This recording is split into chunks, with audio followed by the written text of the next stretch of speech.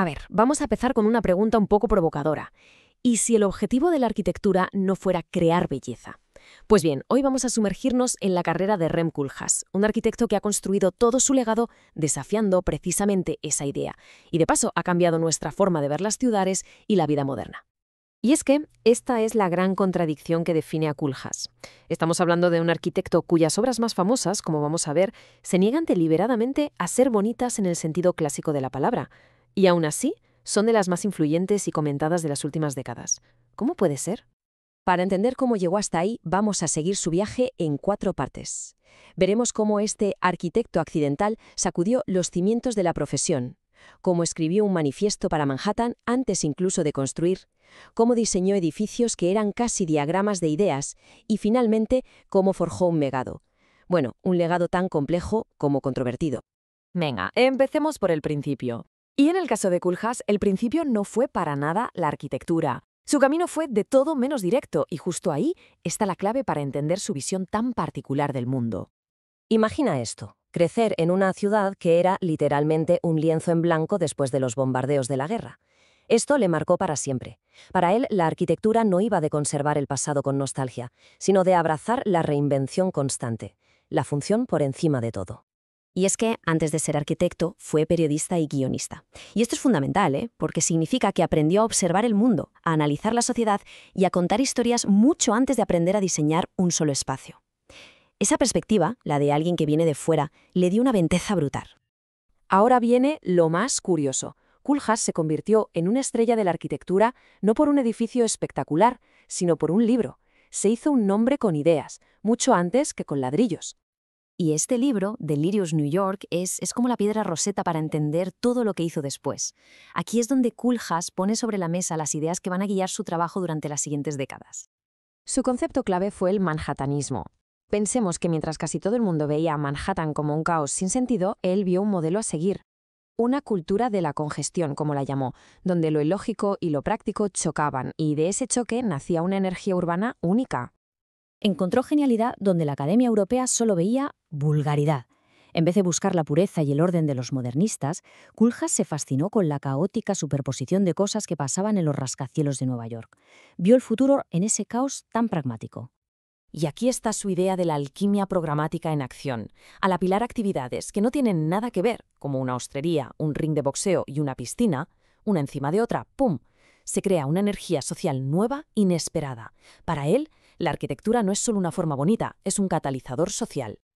Vale, muy bien. Las ideas son fascinantes. Pero, ¿cómo demonios se traduce todo esto en edificios de verdad? Vamos a pasar de la teoría a la práctica. Del papel al hormigón, el acero y el cristal.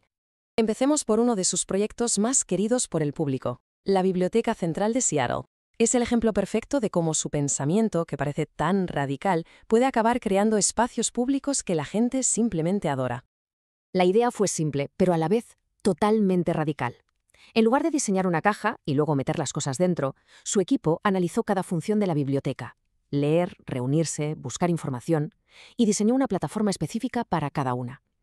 Luego, apilaron esas plataformas como si fueran cajas y las envolvieron en esa piel de cristal tan reconocible. Lo más ingenioso es la espiral de libros, una rampa continua que te permite recorrer toda la colección sin escaleras. Es reinventar por completo la experiencia. Y de Seattle nos vamos a Pekín, a su proyecto más ambicioso y, sin ninguna duda, el más polémico. Un edificio que le dio una vuelta de tuerca total a lo que entendemos por un rascacielos. A ver, pensemos en un rascacielos normal. Es una torre vertical que aísla a la gente en pisos distintos, ¿verdad? Pues Koolhaas dinamitó esa idea. Para la sede de la televisión china, la CCTV, diseñó un bucle, un circuito continuo, una forma que literalmente obliga a los distintos departamentos a cruzarse, a interactuar. Aquí la arquitectura no es un simple contenedor, no, es una herramienta para que la gente colabore. La forma sigue a la organización. En Oporto tenemos otro ejemplo de esta lógica radical. Vemos un edificio con una forma muy extraña, como una roca tallada. Pues bien, esa forma no es un capricho estético. Es el resultado directo de las necesidades acústicas de la sala de conciertos que hay dentro. Es el sonido el que ha esculpido el edificio desde dentro hacia afuera. Y aquí fue donde rompió una regla de oro de la arquitectura. Las salas de conciertos son, por definición, cajas cerradas, opacas, para que el sonido sea perfecto. Pues él hizo justo lo contrario. Abrió 2 ventanales gigantes en la sala principal, conectando la música con la vida de la ciudad. Para él, esa conexión era mucho más importante que la perfección técnica absoluta. Entonces, ¿con qué nos quedamos de Koolhaas? Su influencia es innegable, eso está claro, pero también lo es la controversia que siempre le ha rodeado. Es una figura tremendamente compleja y su legado pues también lo es. Si tuviéramos que resumir su filosofía en pocas palabras, sería algo así. La arquitectura no empieza con una forma bonita, empieza analizando lo que la gente hace, el programa, y no le tiene miedo a las realidades caóticas de la vida moderna. Él abraza lo que llama el espacio basura, ya saben, aeropuertos, centros comerciales, esos sitios genéricos sin identidad, y lo usa como material para sus diseños, para crear nuevas interacciones. Y ojo, porque su impacto no está solo en los edificios que ha construido, es igual de importante a nivel intelectual. A través de sus libros, de sus clases y de Amo, que es como el laboratorio de ideas de su estudio, ha moldeado la manera de pensar de toda una generación de arquitectos. Por eso su legado es una especie de campo de batalla. Por un lado, todo el mundo alaba su rigor intelectual, su innovación, su valentía para desafiar lo establecido.